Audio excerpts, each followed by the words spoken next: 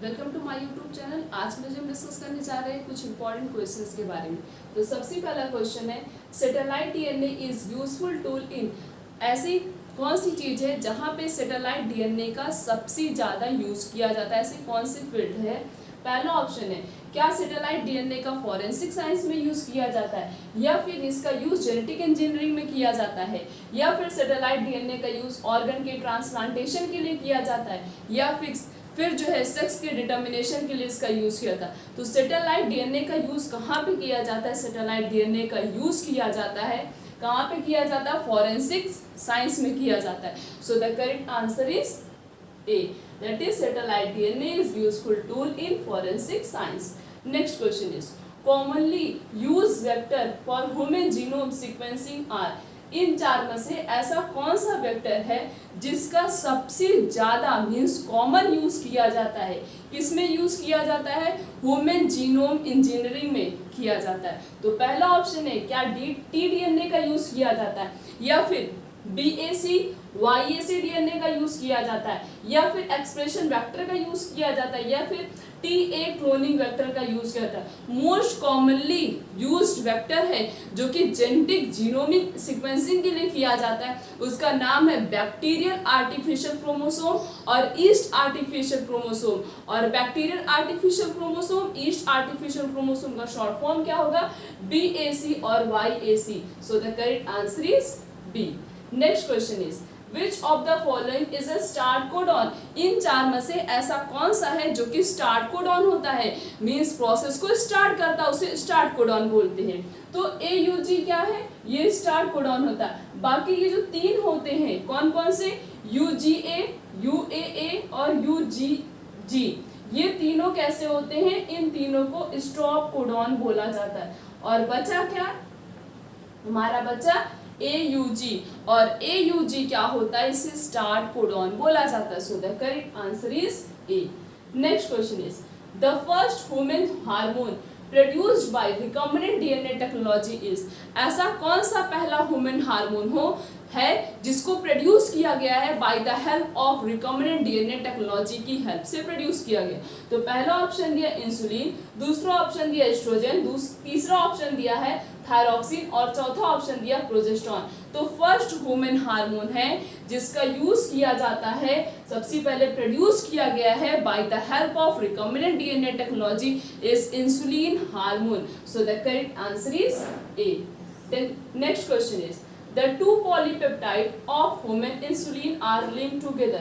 दो polypeptide human insulin है, उसको किस बॉन्ड से दोनों को लिंक्ड किया जाता है? तो पहला ऑप्शन दिया गया, क्या उसको हाइड्रोजन बॉन्ड से लिंक किया जाता है, या फिर उसे फॉस्फोडाइस्टर बॉन्ड से लिंक किया जाता है, या फिर उसे कोवैलेंट बॉन्ड से लिंक किया जाता है, या फिर उसे डाइसल्फाइड बॉन्ड से लिंक किया जाता है। तो जो दो पॉलीपेप्टाइड ह्यूमन इंसुलिन होते हैं उन दोनों को आपस में लिंक किया जाता है by the help of disulphide bond. कौन से बॉन्ड से दो पॉलीपेप्टाइड ह्यूमन इंसुलिन आपस में लिंक्ड होते हैं, आपस में बॉन्डेड होते हैं?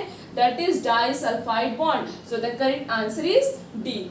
Next question is, which kind of the therapy was given in 1990 to a 4-year-old girls with a adenosine deaminase that is ADA deficiency। एक 4 साल की बच्ची थी, उसके अंदर 1990 में ADA एंजाइम मीन्स कौन सा? एडेनोसिन डीअमाइनेज की क्या हो गई थी? डिफिशियंसी हो गई थी। वो एंजाइम उसकी बॉडी में नहीं प्रेजेंट था। और इस एंजाइम का फंक्शन क्या होता है? ये एंजाइम जो होता है वो रिस्पॉन्सिबल होता है, हमारे इम्यून सिस्टम को क्या करता है? वो स्ट्रॉन्ग करता है, ये हमारे इम्यून सिस्टम को वो इंक्रीज करता है। तो उस बच्ची के अंदर ये एंजाइम नहीं थी। तो इस एंजाइम की ट्रीटमेंट के लिए कौन सी टेक्निक का यूज किया गया था? तो पहला ऑप्शन है, क्या उसे इम्यूनोथेरेपी कहेंगे, या फिर उसे हम रेडिएशन थेरेपी कहेंगे, या फिर उसे हम जीन थेरेपी कहेंगे, या फिर उसे हम कीमोथेरेपी कहेंगे? तो उस बच्ची के अंदर वो पर्टिकुलर जो एंजाइम है इसकी डिफिशियंसी थी, तो उसको इंट्रोड्यूस किया गया था bye the help of gene therapy. तो जीन थेरेपी के हेल्प से 1990 में जो 4 साल की बच्ची थी जिसके अंदर रेडियो एंजाइम की डिफिशियंसी थी, उसके ट्रीटमेंट के लिए किसका यूज किया गया था? जीन थेरेपी का यूज किया गया था। So the correct answer is C. The next question is, which one of the following is an example of somatic hybridization? इन चार में से ऐसा कौन सा एग्जाम्पल है जो कि सोमैटिक हाइब्रिडाइजेशन से बिलोंग करता है? तो पहला ऑप्शन दिया बीटी कॉटन, दूसरा पोमैटो, तीसरा दिया गोल्डन राइस और चौथा दिया गया क्या ये सभी होते हैं? सोमैटिक हाइब्रिडाइजेशन टेक्निक कौन सी टेक्निक होती है? जिसमें दो अलग अलग प्लांट के प्रोटोप्लास्ट को लिया जाता है और आपस में उनको फ्यूज करा के एक नई स्पीसीज बनाई जाती है।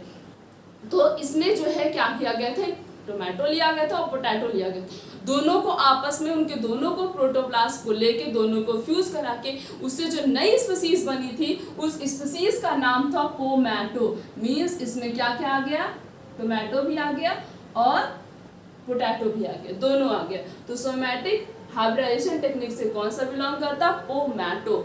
सो the correct answer is C, B. Next question is removal of proximal convoluted tubule from the nephron will result in। अगर हम PCT को मीन्स प्रॉक्सिमल कॉन्वोल्यूटेड ट्यूब्यूल को जो है रिमूव कर देते हैं नेफ्रॉन से तो हमारी किडनी पे क्या इफेक्ट पड़ेगा? पहला ऑप्शन है मोर कंसंट्रेटेड यूरिन, क्या बहुत ही ज्यादा कंसंट्रेटेड यूरिन सिक्रीट होगी, या फिर यूरिन की क्वालिटी पे कोई भी चेंज नहीं होगा, या फिर यूरिन का फॉर्मेशन ही स्टॉप हो जाएगा, या फिर यूरिन जो होगी वो बहुत ही ज़्यादा डाइल्यूटेड होगी। अगर हम पीसीटी को प्रॉक्सिमल कॉन्वोल्यूटेड ट्यूब्यूल को नेफ्रॉन से रिमूव कर देते, हटा देते, तो इससे क्या होगा, इससे जो यूरिन होगा बहुत ही ज़्यादा डाइल्यूटेड होगा। सो the correct answer is D. Next question is name the blood cell whose reduction in number can cause clotting disorder leading to excessive loss of blood from the body। ऐसी कौन सी blood cell होगी जिसके number, अगर उसका number decrease हो जाएगा, कम हो जाएगा और जिसकी वजह से क्या हो जाएगा, क्लॉटिंग डिसऑर्डर हो जाएगा, बहुत ही ज़्यादा ब्लीडिंग होगी। तो कौन सी ऐसी ब्लड सेल, सिंपल हमें यही बताना है कि कौन सा ऐसा ब्लड सेल है जो एक्सेसिव लॉस को रिड्यूस करता है, मीन्स जब बहुत ज़्यादा ब्लीडिंग होती है तो उसको वो रिड्यूस कर देता है। तो पहला ऑप्शन है क्या न्यूट्रोफिल हेल्प करता है, या फिर थ्रोम्बोसाइट करता है, या फिर एरिथ्रोसाइट करता है, या फिर ग्लूकोसाइट करता है। न्यूट्रोफिल का काम क्या होता है, जब कोई भी पैथोजन बॉडी में इंटर करेंगे तो न्यूट्रोफिल उसको किल कर देता है, मीन्स फैगोसिटी का काम करता है। अब एरिथ्रोसाइट आरबीसी क्या करता है, सर्कुलेशन में हेल्प करता है। और रहा क्या हमारा ल्यूकोसाइट, जिसे हम क्या बोलते हैं, डब्ल्यूबीसी, और ये क्या करता है, ये पैथोजन से फाइट करता है।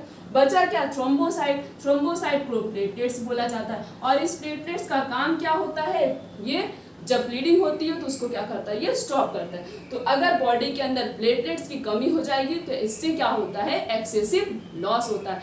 तो हमने इस पूरे लेक्चर में मोस्ट इम्पॉर्टेंट एमसीक्यूज के बारे में डिस्कस किया। आने वाले लेक्चर में इससे और भी अच्छे एमसीक्यूज के बारे में डिस्कस करेंगे। तो आज का लेक्चर यहीं तक, थैंक यू।